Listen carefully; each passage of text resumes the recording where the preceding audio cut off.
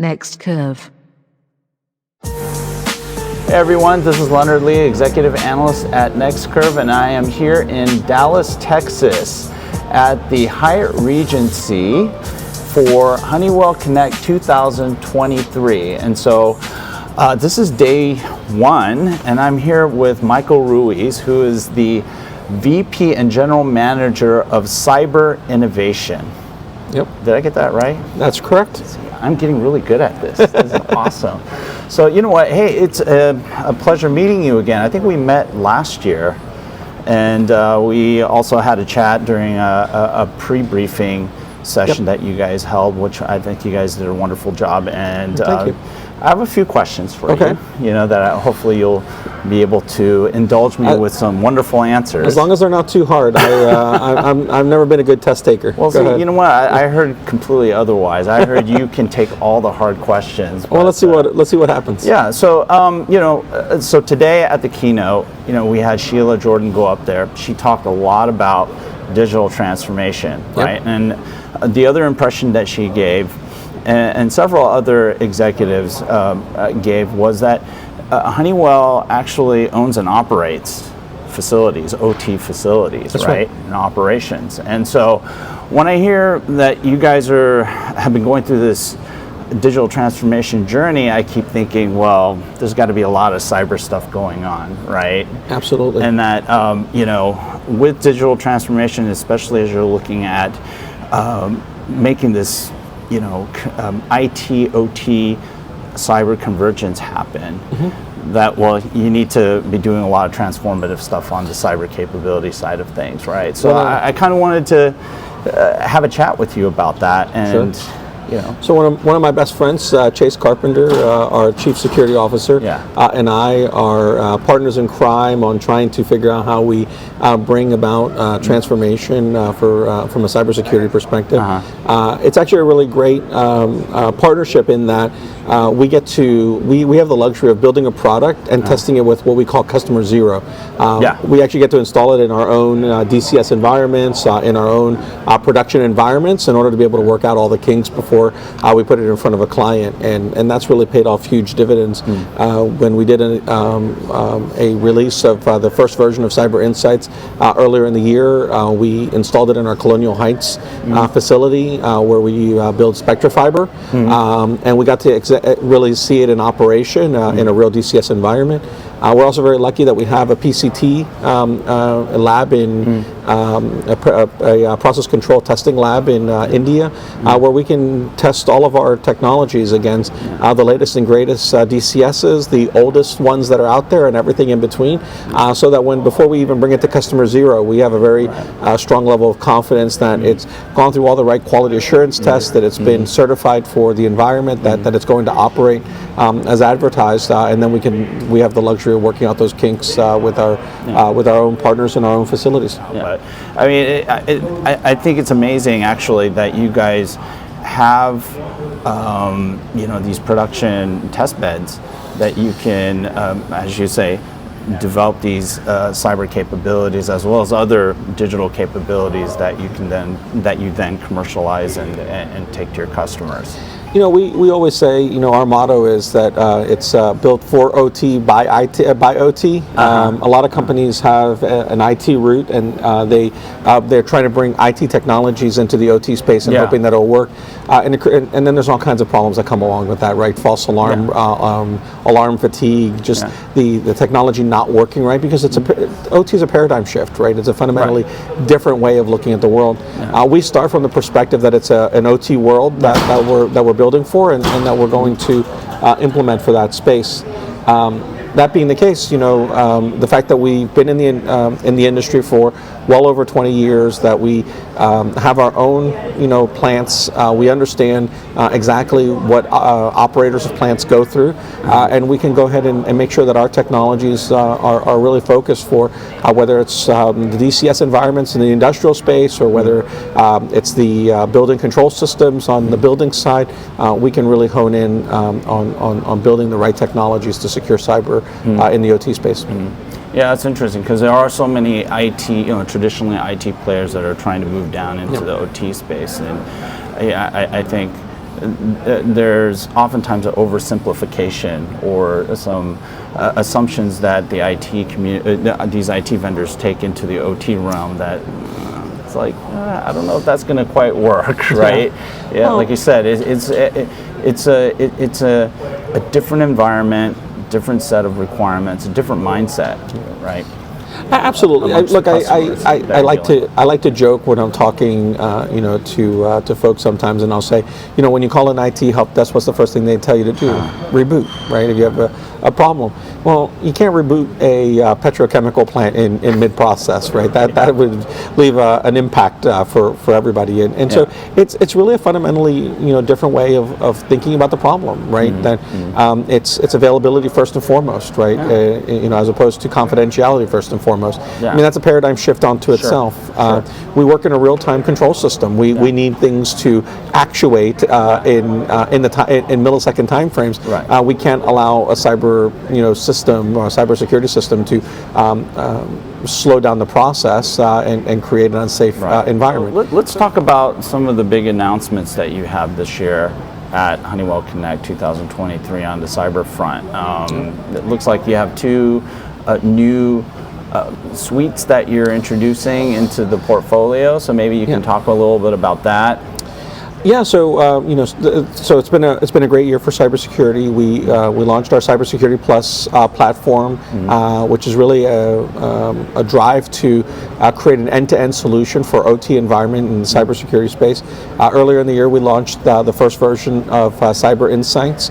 As you know, we had a little acquisition that we did that allowed us to bring some new technology to bear. We took some of our legacy point solutions along with the baseline that we have for Cyber Insights, and we really got to reimagine in the second half of the year what Cyber Insights is going to look like into the future. So we are today. We actually just finished our initial beta testing. We'll be the first Experion DCS certified cybersecurity solution to work out of the box on Experion. We'll implement both passive and active discovery mechanisms, and in the active component we will also have agent and agentless capabilities. So what this means is that it allows us to be able to triangulate on a risk score for a given device in a more holistic way. We also implemented a risk scoring methodology that allows us to be able to really isolate and say, if a machine is in the middle of your network and it's the most critical node on your network, and maybe it has a 5.9 vulnerability score, but because of where it lives, that's more important than something that's on the edge that maybe isn't connected to very many things that has a 9.9. So it allows us to be able to rack and stack the risk profile so that CISOs can go ahead and say, how can I most effectively spend my budget in order to remediate problems that I have by going against the most important things. So that's Cyber Insights. CyberWatch is a complementary product. It takes all of the information that's collected by Cyber Insights and it gives you an enterprise view of it. So it really supports two kind of use cases in general. One is the use case around a CISO or a chief security officer wanting to understand the totality of their cybersecurity posture. But also the second component is that it allows us to have governance and compliance. So a chief compliance officer can look now and say, how am I compliant against NERC-CIP or NIST 853 or whatever the case may be.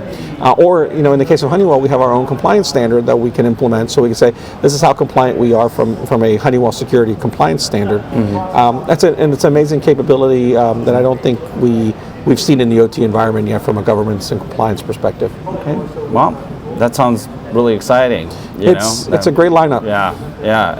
And a great acquisition. So the other thing I want to talk about really quick is, I heard a lot of mention of agnostic, the term agnostic as it relates to the technologies, the vendors, just I guess being sort of multi-tech, right?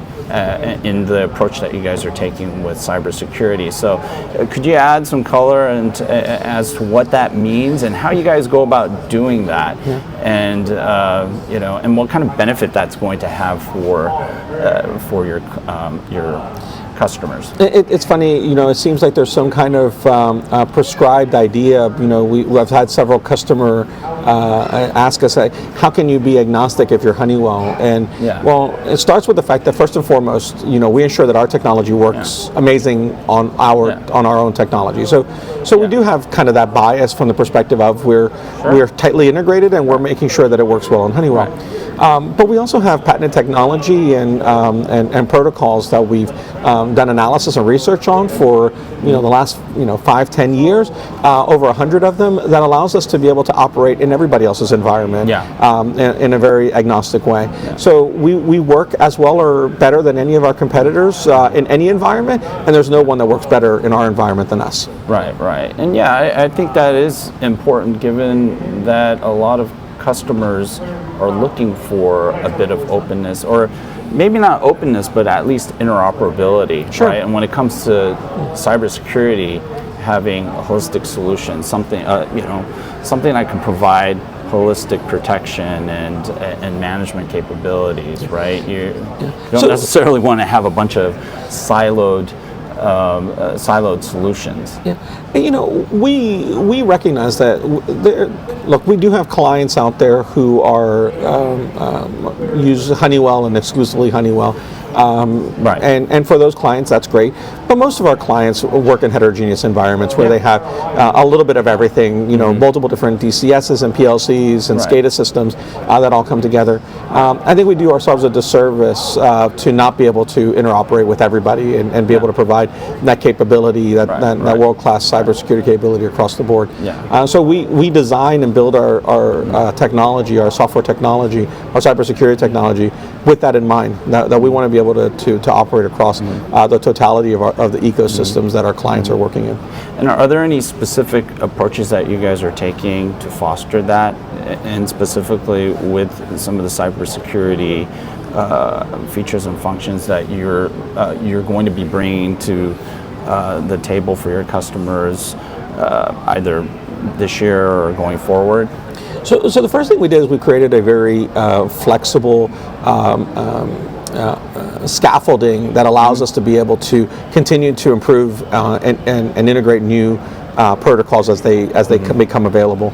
So like I mentioned, we have over 100 today, but there's always new things that are coming out. And so the underlying data repository, the integration methods, the APIs that we create in order to be able to do more rapid research and development, to be able to bring those protocols into the system, is there foundationally.